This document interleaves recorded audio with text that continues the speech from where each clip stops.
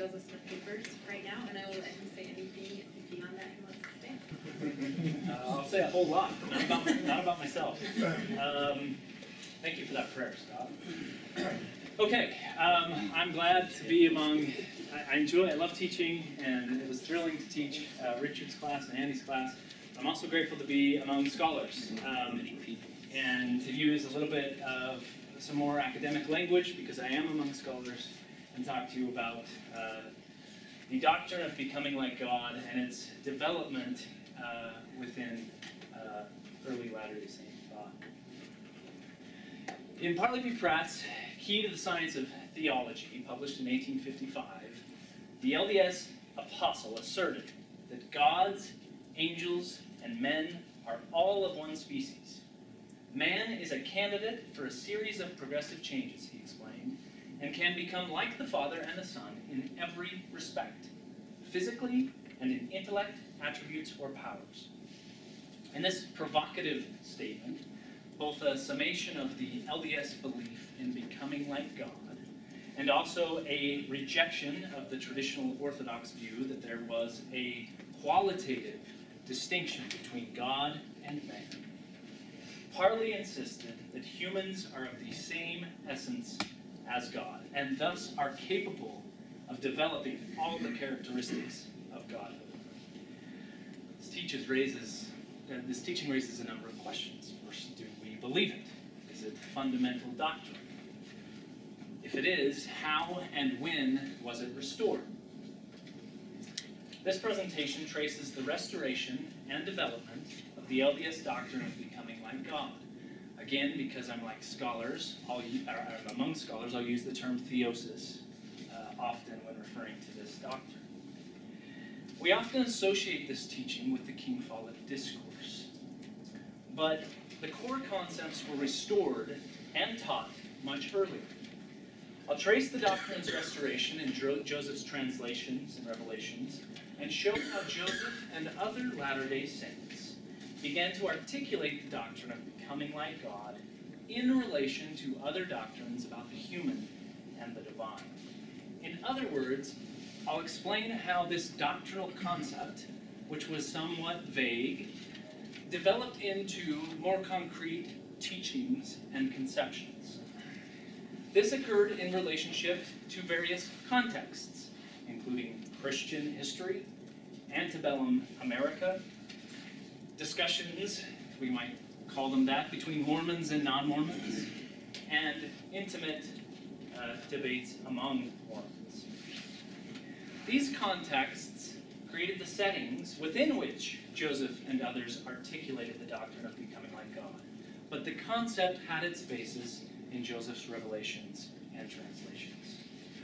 LDS thinkers such as Parley P. Pratt first learned this doctrine from Joseph's revelations.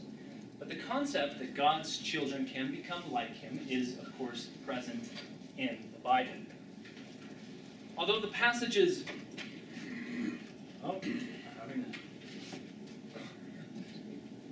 There we go. Although the passages in the Bible related to this doctrine, most of them are found in the New Testament, at least one of those references an Old Testament passage in Psalm 82:6. The LDS view of restoration is, of course, uniquely capacious. It stretches back into Greek and Hebrew scriptures. And it posits the presence of all the core doctrines in every dispensation beginning with Adam. Phrases such as, "Ye are gods, partakers of the divine nature, and joint heirs with Christ," indicate that this doctrinal concept inspired ancient prophets and believers. Scholars, of course, have identified the belief in theosis among early Christians, and some have provided fruitful comparisons between the LDS doctrine and similar teachings in other Christian traditions, including Eastern Orthodoxy. For example, the belief of theosis is evident among the early church fathers. Athanasius, the 4th century bishop of Alexandria, believed the Son of God became man so that we might become God. A few centuries later, the Christian monk Maximus outlined the process of becoming like God using terms terms in the translated form, such as deification and divinization. These teachings provide useful comparisons to the LDS doctrine. And though such language is strikingly familiar, significant distinctions separate these conceptions from the doctrine as revealed through Joseph. Both Athanasius and Maximus were strident defenders of Trinitarianism and believed in creation ex nihilo, thus distinguishing between God as creator and humans as created. And that distinction, apparent in Maximus's words, has been maintained in all Christian formulations of thesis. Striking similarities and crucial differences also existed between the LDS doctrine and conceptions articulated by Joseph's contemporaries. The 19th century belief in progress, most prominent in the United States, carried an optimistic view of human potential. In French historian Alexis de Tocqueville's observations about the New Republic, he made a provocative comment about what he called human perfectibility. He stated, "Aristocratic nations are by nature liable to restrict too much the bounds of human perfectibility, while democratic nations stretch them sometimes to excess." Perhaps Tocqueville had in mind America's many reform societies and groups, which had grown out of the Second Great Awakening's Arminian emphasis on an individual's agency in the role and process of salvation. Or he might have been referencing more specific individuals, such as John Humphrey Noyes, whose radical notion of perfectionism posited that humans could fully overcome sin in this life. Or he might have had in mind the Methodist holiness movement, which stressed entire sanctification through Christ. But these conceptions still upheld the crucial distinction between God as creator and humans as created. A few individuals, however, began to challenge that distinction, including transcendentalists such as Ralph Waldo Emerson and Theodore Parker. Ralph Waldo Emerson described man as a god in ruins. Theodore Parker spoke of future Christs and, like Emerson, argued that in making Jesus the Son of God in a peculiar and exclusive sense, much of the significance of his character is gone. Emerson's conceptions in particular threatened the essential distinction between creator and created, but the thrust of his thought moved in the opposite direction of LDS conceptions of theosis. For example, he believed that all matter was spirit, or what he called dead spirit, while Joseph's revelations taught the exact reverse. In short, the 19th century emphasis on progress and perfection shaped the context within which Joseph received revelations, and the Latter-day Saints developed teachings on the topic. But those contexts and the conceptions developed therein do not explain the restoration of the unique LDS doctrine of becoming like God. Before I outline the development of the LDS conceptions of becoming like God, I want to provide a list of key doctrinal concepts. And again, because I'm among scholars, not before students, I will use some more scholarly terms. This idea of biblical literalism. Now, many of Joseph's contemporaries were literalists in terms of their reading of the Bible.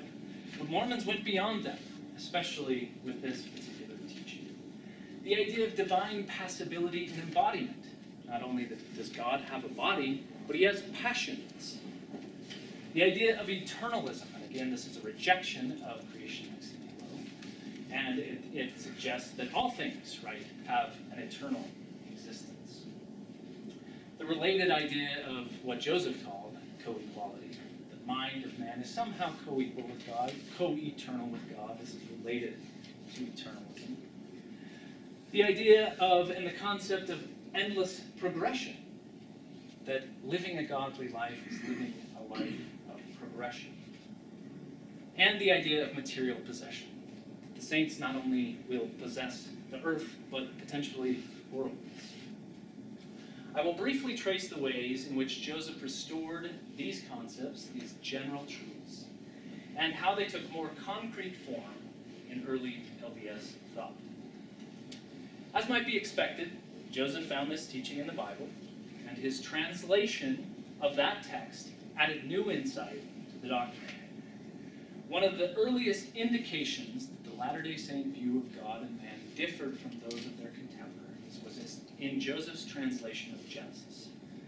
That text revealed that God had created the world spiritually before he created it naturally, and it also revealed a God that had passions. The translation's insights on Enoch presented a God that wept and a prophet that struggled to obtain a divine perspective. Joseph's contemporaries, including liberal Christians such as the Unitarians, had begun to emphasize God's parentage. But even them would have been surprised, much as Enoch was, to find a weeping God. A number of other revelations Joseph received during this period echoed biblical passages on the teaching of theosis, including the vision and the olive leaf. The olive leaf noted that the saint shall be filled with his, meaning Christ's, glory, and be made equal with him. While the crucial doctrinal components of theosis are present in these and other revelations, the Latter-day Saint conceptions and teachings of them matured over time, and in part at least through interactions with non-Mormons. In 1837, in Parley P. Pratt's Voice of Warning, he provided a literal reading of Christ's command to be ye therefore perfect. And he cited the phrase from the olive leaf, be made equal with Christ. He offered very little commentary, he simply cited it as an LDS. Methodist minister Leroy Sunderland picked up on Pratt's discussion and cited the phrase, be made equal with him, as an evidence of Mormon blasphemy. Parley P. Pratt might have come back and said, you misunderstood, misrepresented what I said, I meant it metaphorically, but he did just the reverse. He said, yes, that's what we believe. And he outlined what he called the doctrine of equality, again citing passages from the vision and the olive leaf. And in this particular case, Pratt equated Godhood with omniscience, obtaining divine truth. In this same publication, he attacked the God without a body and without passions. He did not go on to explain that God did have a body and that he did have passions, but by implication, that's what he was suggesting. These ideas, of course, reached their fullest expression in Joseph's teachings in Nauvoo. But events in Missouri set the stage for that flowering. A number of scholars have identified Joseph's time as a prisoner in Liberty Jail as determinative. I argue that it contributed both to the content of Joseph's teachings on theosis and to the mode in which he taught them. The isolation and relative solitude he experienced while in prison enhanced his desire to seek out God and understand God's relationship to his children. In other words, the telestial prison setting encouraged Joseph to consider celestial ideas. In his 20 March 1839 letter to the church, written from jail, he explained, the things of God demanded extended contemplation, and that directing souls to salvation required communion with God. Joseph's temporal confinement focused his attention on doctrines of exaltation. Furthermore, sharing close quarters with fellow sufferers conditioned him to share teachings in private with his most intimate associates. No wonder, then, that in Nauvoo, Joseph often presented new principles first to friends and church leaders in private. It seems to me that he also developed a new kind of revelatory teaching mode and a new prophetic confidence born from a new kind of closeness to God. This, I think, helps account for the relatively few voice of the Lord revelations in Nauvoo and the abundance of sermons and teaching and discourses. Months after his escape in 1839, Joseph began to teach doctrines of theosis. In a summer 1839 meeting with church leaders, He gave a discourse in which he stated the spirit of man is not a created being. While Joseph waited to teach a number of related principles in public, he soon referred to this principle of eternalism openly. In 1840, while in the nation's capital, he gave a sermon in which he expressed his belief that the soul is eternal. While records indicate that much remained unsaid or said privately, Parley B. Pratt and his brother Orson Pratt began to publish unrelated ideas. In an 1840 publication, Parley argued, matter and spirit are the two great principles of existence. That same year, Orson Pratt, in his interesting account of several remarkable visions, said that when the saints are made perfect in one and become like their Savior, then they will be in possession of all knowledge, wisdom, and intelligence. Then all things will be theirs. This echoed Parley's discussion about gaining omniscience as crucial to becoming like God. Meanwhile, Joseph continued to preach on these and related topics in private, but increasingly in more public settings. At the organization of a school of instruction in 1841, he added to his prior teachings on eternality, creation, and the nature of God. According to extant documents, this was the first time Joseph explicitly taught God's embodiment and history. Anti-Mormons, as one might expect, again took notice. In a soon anonymously published 1842 publication, Thomas Sharp cited Parley Pratt's reference to the idea that the saints could be made equal with Christ. And he further noted that Mormons believe that they will have power to create worlds, and that they will become saviors to those worlds and redeem them. While a clear exaggeration of Latter-day Saint beliefs, the historical record indicates that Sharp's understanding of the LDS conception of theosis was not entirely mistaken. Indeed, there is a discourse that will be published in an upcoming volume of the document series that suggests that Joseph expressed some of these very ideas, including the idea of redeemed worlds. However, that discourse was given in private, in his home, suggesting that he did not want these teachings made public then, or maybe ever. Perhaps in response to such leaks, he chastised certain individuals.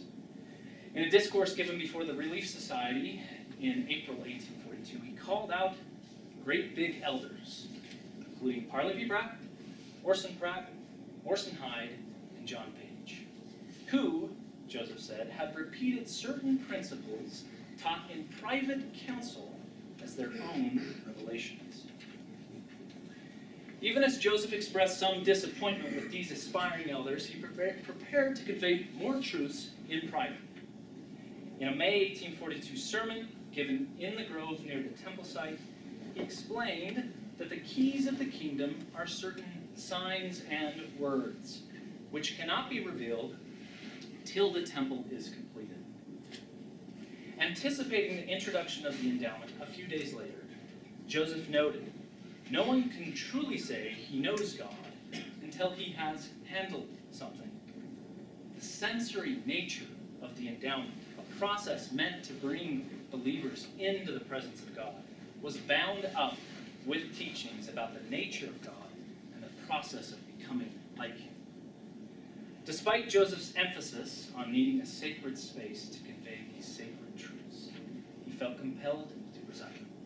Just a few days later, on May 4th and 5th, he met with 9 men in his Nauvoo store, and according to Willard Richards' account, instructed them in principles and practices meant to bring them into the presence of Elohim in the eternal worlds. Joseph was inviting these and later initiates, both men and women, to ritually participate in a vast story stretching backward into the primordial past and forward into post-mortal eternities. The story envisioned a reunion between God and his children in eternal worlds. Endowment then was about restoration, not just in terms of restoring truths, rituals, and ordinances, but of restoring humanity to their divine residence and parentage. It aimed to bring participants into the presence of the Father and the Son, an event that, according to 1 John 3, and Moroni 7 would reveal that they are fundamentally like us. Joseph reiterated this point while preaching in Ramus, Illinois on April 2nd, 1843. On that occasion, he corrected Orson Hyde's reading of the passage just referenced in 1 John. Hyde had stated that when Christ will appear, he'll appear on a white horse as a warrior, and surmised that we shall have some of the same spirit. Joseph, correcting him, explained that the passage had less to do with demeanor and more with Christ's state of being, saying, when the Savior appears, we shall see that he's a man. On the same occasion, Joseph corrected Hyde's reading of John 14, it's a tough day for Orson Hyde, stating that the appearance of the Father and the Son was personal, not metaphorical, and noting that the Father has a body of flesh and bones. This meeting demonstrates that well into the Nauvoo period, members, including church leaders, retained traditional views about God. A little over a month later, Joseph corrected another reading, to Orson Hyde this time. He was a Methodist minister who offered an interpretation of the creation narrative in Genesis. On that occasion, Joseph said, there is no such thing as immaterial matter. All spirit is matter, but is more fine and pure. The next month, in June, he again spoke about God and theosis in a Sunday sermon in Nauvoo. Rejecting the Trinitarian view, he again described the similar histories of Father and Son, before noting that some of God's children are resurrected to become gods by such revelations as God gives in the most holy place. Joseph's teachings bound together endowment and theosis. Related ideas were also present in the revelation on plural marriage communicated the following month to describe the concept of eternal progress in terms of eternal families. These teachings then came together in the funeral sermon Joseph gave on April 7th. The concepts contained in this discourse had been first revealed in revelations given as early as 1453, and had been taught piecemeal during the last 5 and 6 years, most often in private. Some, including Parley and Orson Pratt, had articulated in publications of the concepts they found in Joseph's revelations and teachings. And now Joseph boldly taught these ideas in public. He used the occasion of the death of his friend King Follett, who had been a prisoner with him in Missouri, to distill what he had learned about God and man during the previous decade and a half. Joseph again taught the saints needed that Christ did what he had seen the Father do, and went on to teach the saints needed to learn to become gods themselves. How was this possible? Joseph's revelations and teachings insisted that there was no qualitative difference. There was no, as scholars put it, ontological difference between the human and the divine, an assumption that had been at the center of Christian theology for centuries, and instead asserted that humans were co-equal with God. This was the high point of Joseph's teachings on becoming like God, and he insisted on its reasonableness, noting that all the spirits that God ever sent into this world are susceptible of enlargement. Building on these ideas, it was just over a decade later that Parley Pratt wrote, "Man is a candidate for a series of progressive changes, and can become like the Father and the Son in every respect." I've emphasized the ways in which the restored doctrine of theosis contradicted core Christian conceptions. But the doctrine of becoming like God paralleled those Christian conceptions in at least one fundamental way. It retained the absolute necessity of a Savior. In Latter-day Saint teaching, one must follow Christ to become like God, and the possibility of following him depends on his atonement. As Elder Ballard stated just last month, it is clear that we are made perfect through Christ's perfect atonement as we make and keep sacred covenants. This is made clear in a revelation that may contain more concepts of theosis than any other Joseph received. It's fitting that we don't know much about the May 6, 1833 revelation, now known as Doctrine and Covenants 93. It came like a bolt from the blue. Therein the Lord explains that he was in the beginning with the Father, and then notes that his audience was also in the beginning with the Father. Alongside this concept, the revelation contains the concepts of eternalism and embodiment. The elements are eternal, it states, and spirit and element inseparably connected receive a fullness of joy. These core concepts of theosis were further articulated in succeeding years, but from the start, they revolved around a description of Christ and the doctrine that his grace makes divine imitation possible. The revelation begins by emphasizing Christ's divinity as creator and firstborn, and then proceeds to note that he received not of a fullness at first, but received grace for grace, until he received the fullness of the glory of the Father. And he received all power both in heaven and on earth. What is the purpose of this gift? The Lord explains, I give unto you these sayings, that you may understand and know how to worship, and know what you worship, that you may come unto the Father in my name, and in due time receive of his fullness. For if you keep my commandments, you shall receive of his fullness, and be glorified in me, as I am glorified in the Father. Therefore I say unto you, you shall receive grace for grace. The concept of theosis, the concept of becoming like God, is actualized in Christ's atonement. This revelation teaches us that we must remember who and what we worship if we are to become like the Son and in turn the Father. In his October conference address, Elder Jeffrey R. Holland communicated a similar message. Commenting on Christ's instruction to be perfect, he noted, I believe in God's perfection, and I know we are his spiritual sons and daughters with divine potential to become as he is. I believe he intended the command to be perfect to be a tribute to who and what God, the eternal Father, is, and what we can achieve with him in eternity.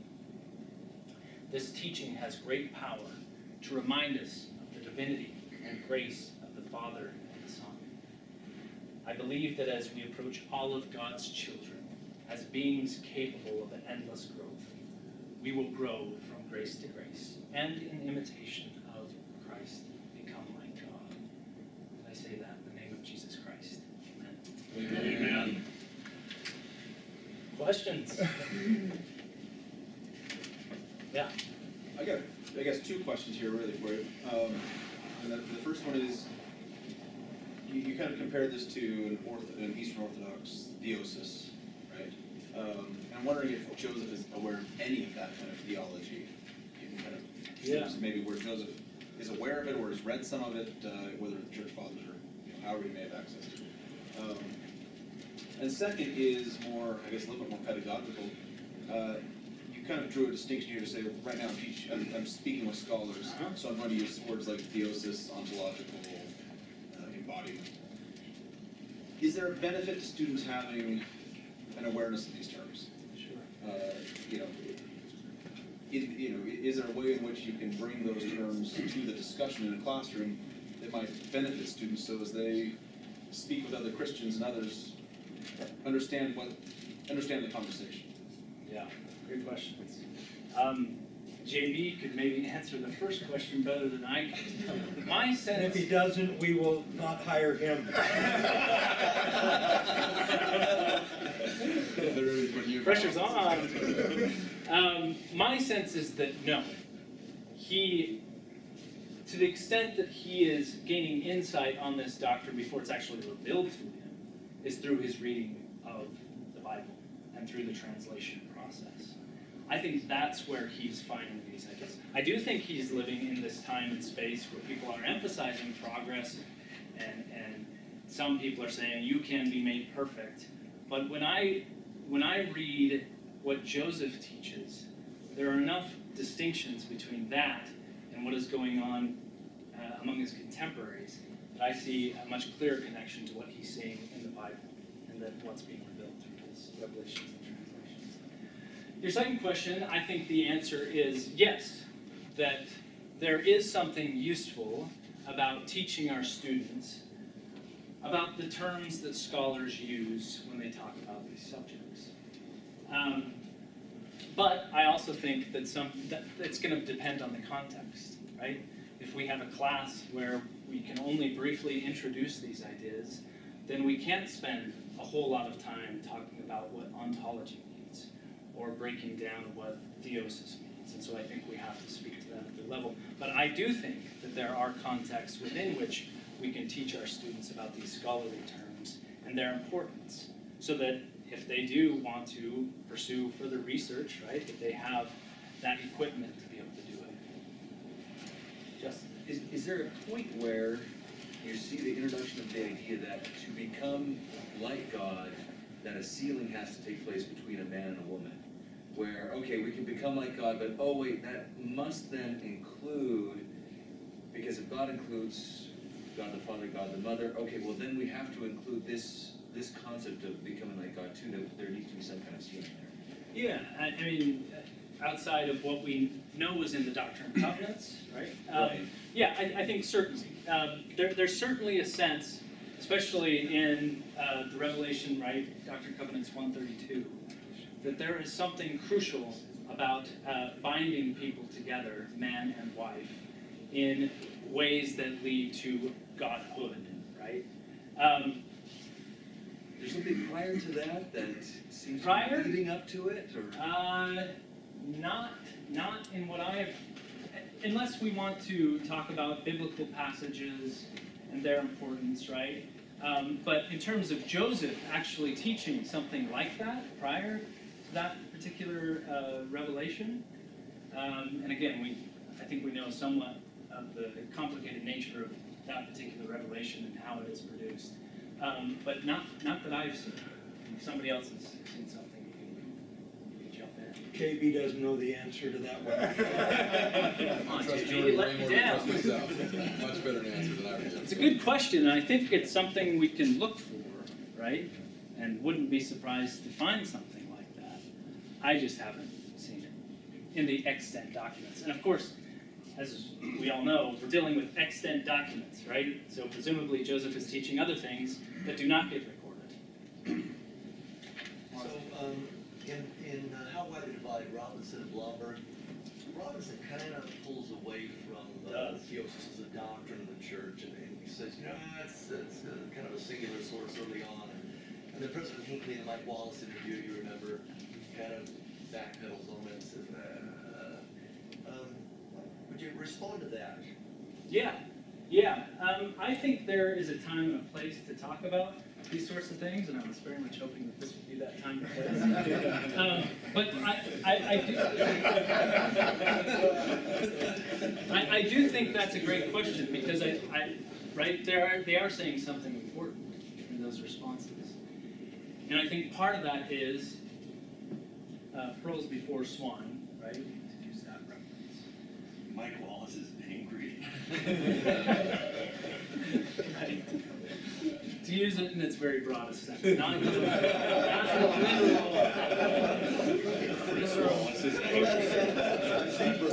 literal sense there. So it makes sense to me that President Hinckley is not going to, I mean, if I remember rightly, he says, we do believe in it, but I don't know that we teach it. Right. So it is a fundamental doctrine, as far as I can read the Revelations and Joseph's teachings. But I do think that there is a time and a place to talk about, in part because I think it comes with some dangers, right? To assume that, oh, well, maybe we don't need a Savior. Maybe we just have the capacity ourselves. So I think there are some dangers in teaching this doctrine broadly and in any kind of setting.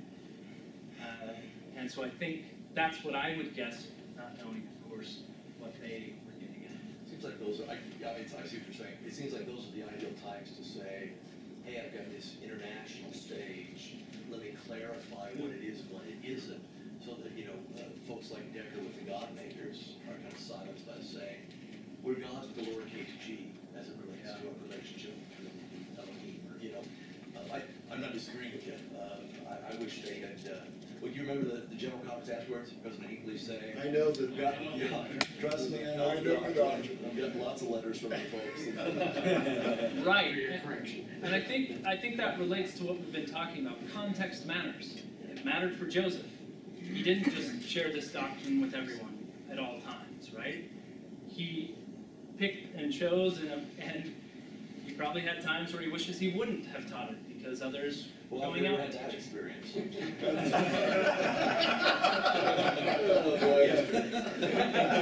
Okay, we got a couple of questions here. In interfaith dialogue with the community of Christ, we hit King Follett directly. And it seemed like once you started to couch it in biblical language, that idea of theosis, becoming like God, they were okay with. It seems like the more controversial aspect of King Follett is here's the great secret. God in heaven is a man like unto us. It's the as man now as God once was aspect. What do you find in Joseph's teachings in the Nauvoo period about that idea that God was once a mortal, and how Joseph seemed to express that idea? Not a lot, right? We don't find a lot. It is in King Follett.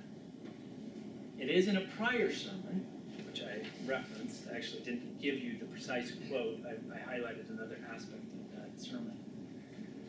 So he teaches it at least on two different occasions. But he doesn't, at least again from the extant records, he doesn't say all that much about it. And I think, again, there are reasons for which he didn't. So if someone wanted to write a paper on Joseph's thought on that, I don't think they'd have too much to go on, right? Because there are so few statements that he makes about that particular teaching. Are there, it just appears like Joseph's contemporaries, Lorenzo Snell is the most prominent example, had an interpretation of that. Could you draw a thesis from what the people around Joseph said or how they interpreted that idea? And again, even in that case, Lorenzo, we have a couplet, right? But we don't have much else. So I think in the case of God's history, right, if we can put it that way, we don't get much. Much more of the focus is on how do we, right, I'm using that scholarly term of imitatio Christi, right? How do we become like Christ and like God? Not what is his history, although, of course, it's super provocative, and all of us read that and go, whoa, that's the bomb he dropped in some ways, right, on that occasion. But we don't get too much else. Yeah. So with that, we just got a training from Church Public Affairs that we should never answer hypothetical questions. So here's a hypothetical question for you. I don't have to answer. In like Foundations course and some of the other, we do teach King Follett, we teach Section 93. The concept of theosis comes up a lot. I just want to know, how would you handle when a student does say, just tell me how you would handle a student who raises their hand, they read Orson Pratt, and they say, well, so will we become saviors? Yeah. Yeah. Give me in the classroom response, how would you handle a typical That's easy. class? No. I want to know how he responded, right? You're already the dean. That's easy. I'm trying to justify my existence too. He just So how- made it easy for me. No, How would you respond to a student who wonders I that? think I'd first say I sure hope not. But I think I would also say some of these teachings Joseph does give in private. And I think the membership, especially in the Nauvoo period, that are surrounding Joseph and that are attending these meetings, are taking every word he gives them as revelation. Many of them reporting it as revelation. I think there's a good chance that sometimes Joseph is speculating. He's in a meeting, he's in a private setting, and he's wondering about different ideas. He has core truths that he's teaching, and he repeats those teachings. But I would guess that in those particular settings, he's also doing some speculating. Oh, well, if this is true, then what do we think about this? And in the record, all we get is Joseph taught so-and-so, such and such. And maybe Joseph qualified it in the meeting, but we don't get, and Joseph said, oh, that might not be the case, he was speculating. We just get a very brief description of what he likely said, right? So I think that's probably how I would answer that, is we don't know. That could be a speculative teaching. And we don't have many sources on it, so to be able to teach that, I would never want to teach that. But the document that I did mention that will be published has something on that. Mike, you have a And I question? would prefer that you not teach that in class too. Mike. So this is a hard question, but something I've been thinking about, and I think you'll have a good idea. So like you've positioned it within an antebellum setting. Yeah. And you talked about perfectionism and the relationship with perfectionism. So I'm wondering, like, when you're positioning where Joseph has set the church up, what is its position in comparison to perfectionism and antinomianism? Like, do you think that it squares with one of these, or is it something completely other? I think it is the latter. It is something other. If you've done reading on John Humphrey Noyes' perfectionist system, it's quite an interesting thing. And not to say that others wouldn't quickly draw some parallels there between his ideas about marriage and relationships and polygamy. I think some people would. But, so the first thing is, the distinction that I made, that I hope is clear, is that even he maintained the sense that God is creator, I'm his creation, right? I don't pre-exist without God. So that's the most, I think, obvious distinction between what Joseph teaches and what others teach in this time period. But I think also just the way that doctrine develops and is taught over time suggests that Joseph is much more interested in this belief in relationship to the core gospel principles of Christ and the atonement. And so I do think, I think there are striking parallels. I think there are striking parallels with Eastern Orthodoxy. But I think when we dig in a bit deeper, we find that there are also some striking distinctions between what Joseph is teaching and what Eastern Orthodoxy is teaching, and what Ralph Waldo Emerson believes. The fact that Theodore Parker, he's talking about potential future Christs. And he's saying that we shouldn't be teaching that Christ is the Son of God in an exclusive sense. That is not something, of course, that Joseph is teaching, right? Quite the opposite. That we rely on Christ to become like him. So I'm fascinated with the comparisons, but I do think that there are crucial distinctions between what's going on among Joseph's contemporaries and what he is revealing through his revelations. I'd love to dig into that a bit more, though. Garrett, do you have a question? Oh, and before we were talking about Joseph not saying much about God being like man. Yeah.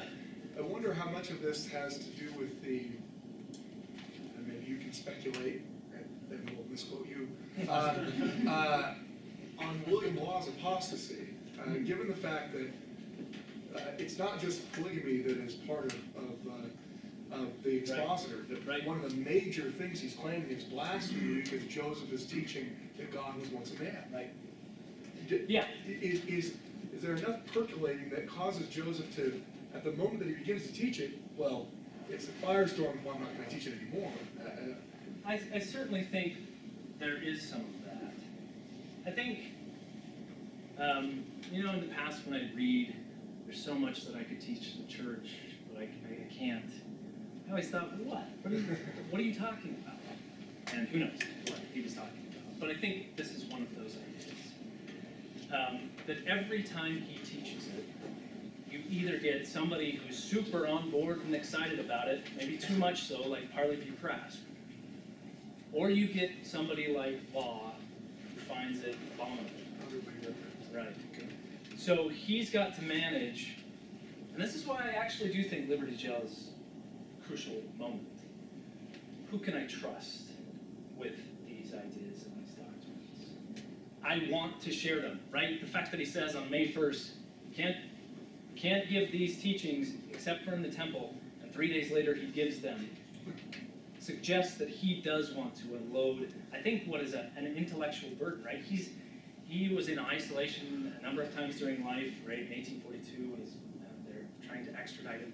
In Liberty Jail, he had fellow, right, co-sufferers, but somewhat isolated. I think there's also this intellectual isolation, this theological and doctrinal isolation that he experiences. And he wants to be able to teach people, but every time he teaches something like that, either it gets taught widely, or somebody responds very forcefully. Other questions? Scott, about as much about your excellent presentation, and thank you, but maybe turn to the desire to come here to religious education. What attracts you to religious ed as opposed to Joseph